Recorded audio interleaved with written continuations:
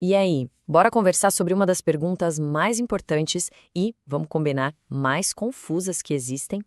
Afinal de contas, o que é política? A resposta, ou melhor, as respostas, podem surpreender. Olha, dependendo para quem se pergunta, a política pode ser uma coisa nobre, um esforço coletivo pelo bem comum, ou pode ser uma disputa implacável, uma verdadeira briga por poder. E é exatamente essa tensão que a gente vai desvendar aqui. Então, vamos direto ao ponto. A história do pensamento político no Ocidente é basicamente marcada por duas ideias gigantes. De um lado, tem a galera que vê a política como uma ação em conjunto, sabe? A prática da liberdade, a conversa entre pessoas iguais para decidir o futuro. Já do outro lado, a política é vista como uma disputa por poder, uma luta para controlar a máquina do Estado e, no limite, usar a força para impor decisões. A real natureza da política mora exatamente no meio desse cabo de guerra. Para a gente entender direitinho essa tensão, nosso roteiro vai ser o seguinte. Primeiro, a gente vai mergulhar na visão mais idealista da política.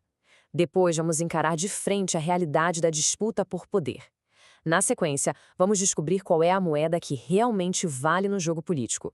E, por fim, a gente junta tudo isso para ver como essa briga toda acontece hoje em dia na luta pelo controle do Estado. A primeira ideia, a mais otimista, nasceu lá na Grécia Antiga.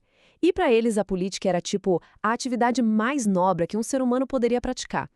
Para sacar essa ideia, a gente precisa separar o mundo em dois como os gregos faziam, o oikos e a polis. O oikos era o mundo da casa, o espaço privado. Ali, o foco era a sobrevivência, as necessidades do dia a dia, e existia uma hierarquia bem clara.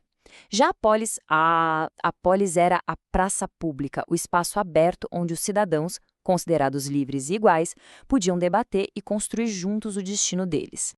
Nessa visão, a política tem um sentido super positivo. É a ferramenta que permite que uma comunidade se organize, que negocie suas diferenças usando a força dos argumentos e não a força bruta.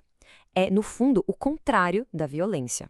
A filósofa Hannah Arendt, muito tempo depois, resumiu essa ideia de um jeito brilhante.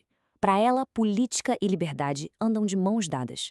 A política só existe de verdade quando as pessoas criam um espaço público para exercer essa liberdade, juntas. Certo. Essa é a visão ideal, a parte bonita da história. Agora, vamos virar a moeda e olhar para o outro lado, que é bem mais pé no chão. A visão da política como uma disputa por poder ganha muita força com uma invenção mais recente na história: o Estado moderno. E o que define esse tal de Estado moderno? É uma característica central. Ele é o único que tem o monopólio do uso legítimo da força. Ou seja, dentro de um território, só o Estado pode, por direito, usar a violência para impor suas regras, mas ninguém. E essa nova realidade levou o sociólogo Max Weber a criar uma definição que, olha, virou um clássico. Para ele, política é basicamente a luta para conseguir um pedaço do poder, ou pelo menos para influenciar como esse poder é dividido. É a briga para ver quem vai sentar na cadeira e controlar essa máquina poderosa. E aqui tem um ponto importante. Weber não está dizendo que política é só violência. Claro que tem diálogo, negociação, persuasão. Mas ele afirma que, no fim das contas, a ferramenta decisiva, a carta na manga da política, é o poder que vem da força controlada pelo Estado. Para a gente aprofundar ainda mais essa relação entre política e poder, o filósofo Norberto Bobbio nos dá uma ferramenta que ajuda muito. Bobbio basicamente divide o poder na sociedade em três tipos. Primeiro, o poder econômico, de quem tem a grana, os bens. Segundo, o poder ideológico, de quem consegue influenciar as pessoas através das ideias, do conhecimento. E por último, o poder político, que é baseado no controle dos instrumentos da força física, como a polícia e o exército. E aqui vem o pulo do gato. Para Bobbio, o poder político é o chefão de todos. Por quê? Simples, porque quando a conversa não funciona e o dinheiro não resolve, é a força que entra em campo. É o poder político que, em última instância, pode obrigar todo mundo a obedecer. Então, peraí, qual visão está certa? A dos gregos, com a política como liberdade, ou a de Weber, com a política como disputa pela força?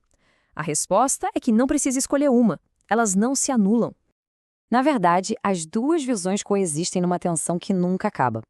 A política é, ao mesmo tempo, um processo de conversa para a gente se autogovernar e um campo de batalha para ver quem impõe uma direção, quem consegue controlar o jogo. Envolve tanto construir um mundo em conjunto, quanto lutar para impor a vontade de um grupo sobre o outro. E o mais interessante é que essa tensão não é só uma teoria de livro, não. Ela está rolando agora, bem no centro dos debates políticos que a gente vê todos os dias. Um pesquisador chamado Paolo Gerbado resumiu a briga de hoje numa pergunta perfeita: o que a gente vai fazer com o Estado? Em outras palavras, para que a gente vai usar todo esse poder imenso que ele tem? E as respostas para essa pergunta é que definem os grandes campos políticos. De um jeito bem geral, a direita costuma querer usar o Estado para proteger a propriedade privada e a identidade nacional. Já a esquerda busca usar essa mesma máquina para garantir direitos trabalhistas e atender necessidades sociais básicas, como saúde e educação. No fundo, a briga sobre qual deve ser a missão principal desse poder todo. E esse é o grande ponto aqui. Sacar que a política vive nessa dualidade, nessa tensão constante entre colaborar e disputar, é a chave para a gente começar a analisar de um jeito mais afiado tudo o que acontece no mundo. E isso tudo nos deixa com uma pergunta para levar para casa. Olhando para a política hoje, seja na nossa cidade ou no mundo, qual dessas duas forças parece estar ganhando a partida? A busca pela liberdade coletiva através do diálogo ou a disputa pura e simples pelo controle do poder? A resposta não é fácil, mas só de fazer a pergunta a gente já dá um passo enorme.